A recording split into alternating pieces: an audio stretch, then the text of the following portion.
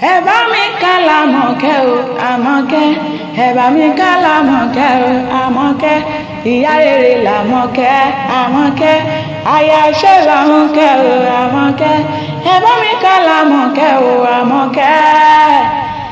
Àmọ̀kẹ́ o mama ẹ kú ọdún o, àṣẹ ìṣàmọ́dún ọdún ayọ̀ ọdún ire gbogbo láṣẹ Elédùmarè ọba.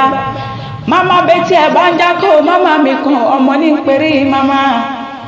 Má bínú pé mo bá ọ láyé mo tún pè ẹ́ lórúkọ.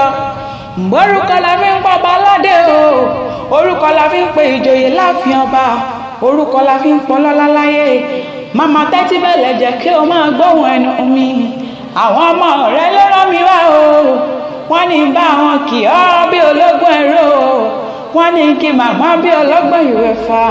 Mama Ìfálọlá máa dádọ̀ jọgọjọ, mama Kíṣọlá ńlẹ́ o, mama Jíbọ́lá òní ní ìsọjọ́bí rẹ̀ gangan, mama Ìfádòyìn òní lọ́jọ́ tí wọ́n bí ọ sáyé.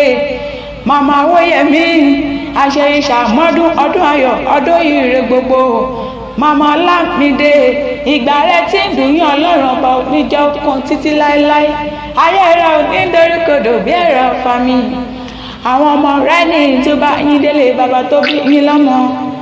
Ìtòkú nílé o, ìtòkú nílé màmá mi, ìtòkú nílé àwọn bàbá tó bí yín lọ́mọ. Ẹ̀yin lọ́mọ àfilẹ́pọ̀gùn, àfilẹ́pọ̀gùn, ẹ̀yin lọ́mọ àlùlù gbẹ̀dẹ̀gbẹ̀dẹ̀ bọ́tẹ̀jà.